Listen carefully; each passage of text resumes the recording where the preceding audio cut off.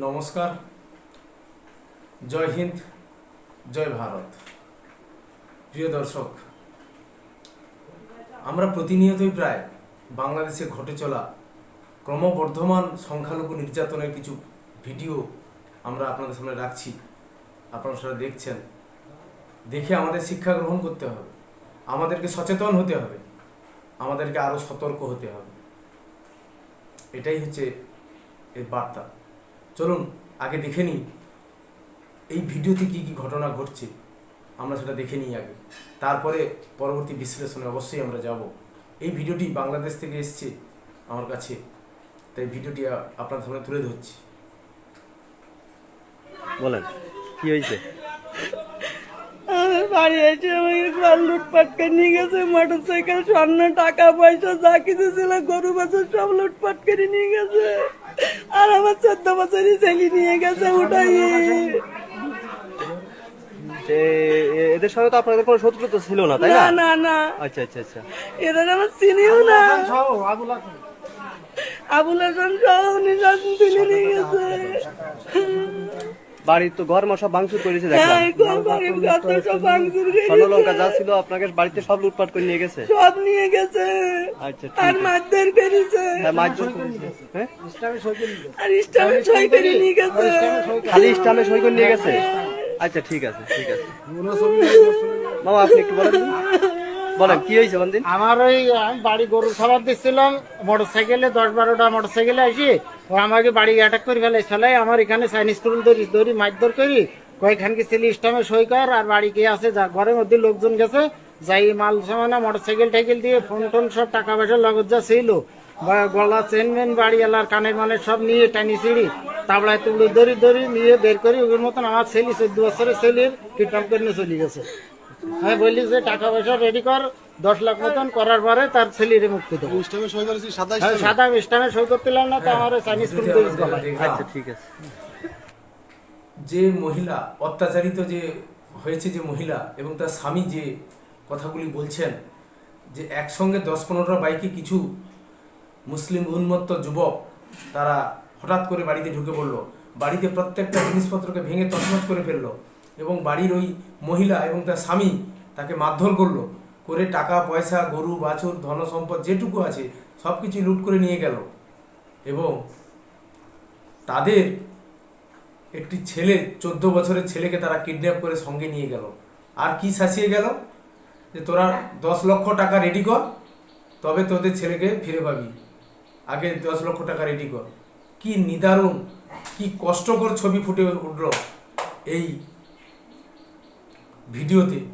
আমরা এবার বাংলায় বসে আমরা দেখছি, আমাদের মধ্যেও হতাশা দানা বাঁধছে। আমরা ভাবছি এর কি পরিণতি, কোথায় এর শেষ, কেন এই ঘটনাগুলো আগামী দিনে চলছে। তবে কি নামেই তত্ত্বাবধায়ক সরকার, তাদের কোনোরূপ হেলদোল নেই, তাদের এই ধরনের সংখ্যালঘু নিধন বা অত্যাচারের বিরুদ্ধে তাদের কোনো রকম স্টেপ নেওয়ার মতো ক্ষমতা নেই। সম্পূর্ণ কি মৌলবাদীদের হাতের দ্বারা নিয়ন্ত্রিত হচ্ছে। মহিলা বলছেন যে এদের সঙ্গে আমরা দেখিও না, চিনিও না, আমরা সাধারণভাবে এদের সঙ্গে কোনো শত্রুতাও নেই। অথচ এরা কয়েকজনের নাম বলল, শাহাদত, এইরকম কয়েকটা নাম বলল, যারা তুলে নিয়ে গেল তার ছেলেটিকে, 14 বছরের ছেলেকে তুলে নিয়ে গেছে। ভয়ঙ্কর, এ তো ভয়ঙ্কর ভিডিও, ভয়ঙ্কর অভিজ্ঞতার মধ্যে দিয়ে রয়েছে। এক প্রকার ভয়ে জবুথবু অবস্থা ওখানকার সংখ্যালঘুদের মধ্যে। এই বুঝি তাদের উপর আক্রমণ হয়, এই রকমভাবে তাদের দিন কাটছে। কোন জায়গায় যাচ্ছে? অবশ্যই আপনারা ভিডিওগুলো শেষ পর্যন্ত দেখবেন বা শেয়ার করবেন, যাতে আরও বেশি মানুষকে জানিয়ে দেওয়া যায়। এবং বাংলাদেশের যে মুখ পুড়ছে সারা বিশ্বে, এদিকেও তাদের কোনো হেলদোল নেই। প্রত্যেকটা দেশ আজকের তাদের বিরুদ্ধে বক্তব্য রাখছে, সরকারি বিবৃতি রাখছে, যাতে সংখ্যালঘু যে অত্যাচার সেটা বন্ধ হয়, বন্ধ করা যায়। দেশের সকল নাগরিক যাতে নাগরিক সুলভ অধিকার নিয়ে বেঁচে থাকে, তার জন্য তারা আবেদন জানিয়েছে। কোনো কথাতেই কর্ণপাত করছে না। এই বাংলাদেশ কোন জায়গায় যেতে চাইছে, কিভাবে 71-এর পরে যে ঢল নেমেছিল, একাত্তরের সময়, তার আগে এবং তার পরবর্তীতে কিন্তু হিন্দুদের বাংলাদেশ ত্যাগ করে ভারতে চলে আসার যে প্রক্রিয়া, সেটা কিন্তু কখনো থেমে যায়নি। সেটা হাসিনা থাকাকালীন, প্রধানমন্ত্রী থাকাকালীনও সেই যে প্রবাহ এখনো পর্যন্ত কিন্তু বিপুল আকার ধারণ করেছে। কিন্তু ভারতের সেনাবাহিনী কঠোর নিরাপত্তার সঙ্গে সীমান্ত প্রহরা দিচ্ছে, যাতে কোনোভাবে কোনো জঙ্গি, কোনো বাংলাদেশি নাগরিক ভারতবর্ষে প্রবেশ করতে না পারে অবৈধভাবে। সেটা দেখার জন্য নিরাপত্তা বাড়ানো হয়েছে। কিন্তু ভারত সরকার কতদিন এই জিনিসগুলো দেখে চুপ থাকবে? নিশ্চিত কোনো কড়া পদক্ষেপ বা সংযত হওয়ার বার্তা বাংলাদেশ সরকারকে আগেও দিয়েছে, এখনও আরও কড়া থেকে কড়া হতে হবে ভারত সরকারকে, যাতে এই ধরনের হিন্দু অত্যাচারকে রোখা যায়, এই ধরনের সংখ্যালঘু নিপীড়নকে ঠেকিয়ে দেওয়া যায়, দেশের মধ্যে শান্তি এবং প্রগতির বার্তা আনা যায়, তার জন্য চেষ্টা চালাতে হবে। অবশ্যই আগামী প্রতিবেদনে নতুন কোনো ভিডিও থাকবে, নতুন কোনো এপিসোড থাকবে। আগামী ভিডিওতে আপনাদেরকে অবশ্যই আরাকান আর্মি, কে আরাকান আর্মি, তার কি গঠনতন্ত্র, কিভাবে আরাকান আর্মি প্রতিষ্ঠিত হলো এবং তারা কিভাবে রাখাইন প্রদেশটি, রাজ্যটি পুরোটাই দখল করে নিল এবং বাংলাদেশের ঘাড়ে নিঃশ্বাস ফেলছে।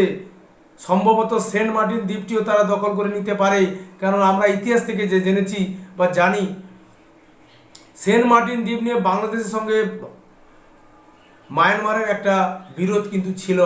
এই রাখাইন রাজ্যে যারা দখল করেছে আরাকান আর্মি, এরা কিন্তু এই সেন্ট মার্টিন দ্বীপটি আগামীতে দখল করে নিতে পারে।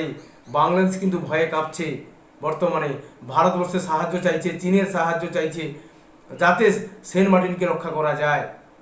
কিন্তু ইতিহাস আপনাদেরকে ক্ষমা করবে বলে মনে হচ্ছে না, কারণ যেভাবে উৎপীড়ন চলছে, মৌলবাদীরা যেন এক প্রকার খুল্লম খুল্লা হয়ে যুদ্ধ ঘোষণা করেছে সংখ্যালঘুদের উপরে, এটাকে রুখতে হবে।